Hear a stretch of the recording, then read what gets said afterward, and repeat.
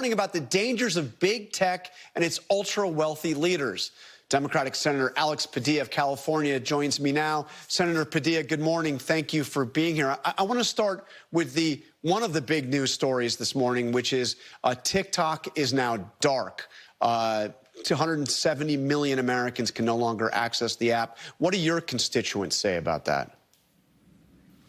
Constituents on both sides of the debate, but, you know, the law has been passed. Supreme Court has upheld what's currently happening, and clearly it's going to be one of the first items that President Trump will have to contend with. So I don't think the final chapter has been written. TikTok had plenty of time to do what the legislation called for and sell the majority interest here. So we'll see what happens in the days ahead. And do you think President Trump should do what he has said he would do, which is to save TikTok? Well, I think first it's they're going to figure out whether to give this sort of 90-day extension to keep conversations and negotiations going. Look, we support the creative community and social media platforms, but clearly there have to be guardrails to protect against a lot of the harms that are increasingly evident when it comes to not just, but especially TikTok, whether it's addiction to social media, the power of misinformation and disinformation that transcends so many issue areas. Those are undeniable and have to be addressed, whether TikTok stays or whether TikTok is sold or whether TikTok goes away. So the inauguration's obviously tomorrow. Are you going to the inaugural? I do plan to be there, of course. And what are your expectations for a second Trump term? There's sort of a lot of maybe not hoping for the best, but hoping for some good, but preparing for some bad if the first administration was any indicator.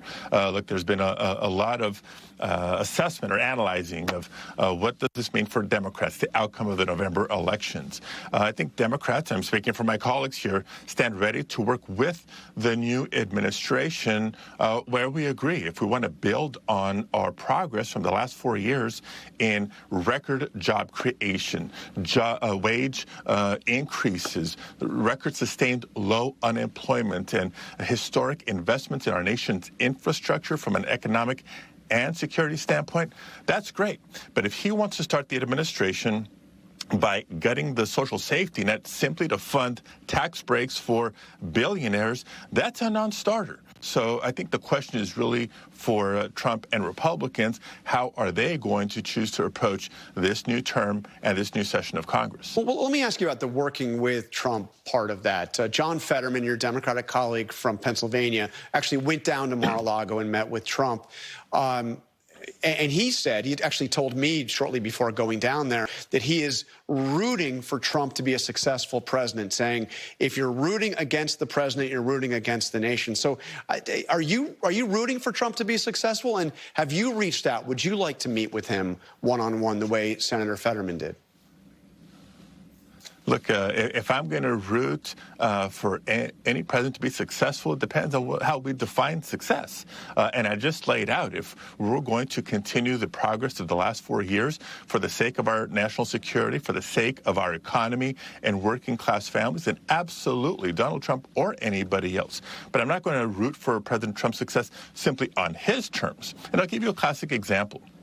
Just a couple of months ago, despite all the rhetoric around immigration and immigrants that we've heard from him for years and years and years, when he says publicly that he's supportive of helping dreamers, hey, I'm all ears. I have to do that. I owe it to dreamers and all of my constituents to see if there's a path forward for young people who came to this country and have established their lives here, are contributing to communities, contributing to our economy, whether it's legalization and a pathway to citizenship for dreamers, for farm workers, or millions of essential workers.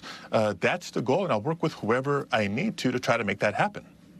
Okay, and before you go, very quickly, we've learned that Trump plans to visit California on Friday, to survey the damage at the fires.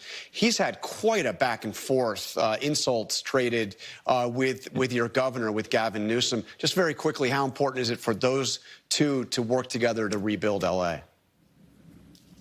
Look forward to incoming President Trump visiting the fire-impacted areas and to visit with the fire-impacted families that are struggling right now, and especially to get away from this notion that we're going to attach strings to disaster aid. We have never done that as a country. We have never done that as a Congress, and we shouldn't start now. Give communities and families the resources they need to recover, to rebuild, and that's the way. If you want to unify the country, that's the way you can start. All right, Senator Alex Padilla of California, thank you for joining us this morning. And you can see at the bottom of your screen there how you can support relief efforts for SoCal Strong. Coming up, ABC's Rachel Scott has more from her